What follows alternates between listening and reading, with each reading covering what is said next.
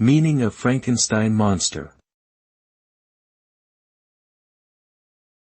Frankenstein monster. Frankenstein monster.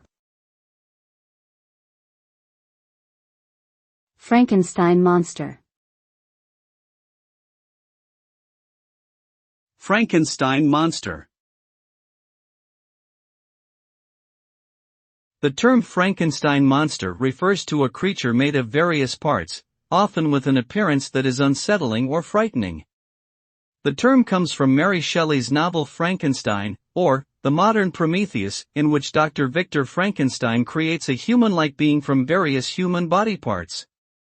The creature is often depicted as grotesque and violent, and the term Frankenstein monster has since been used to refer to any creation that is perceived as having gone awry or become uncontrollable.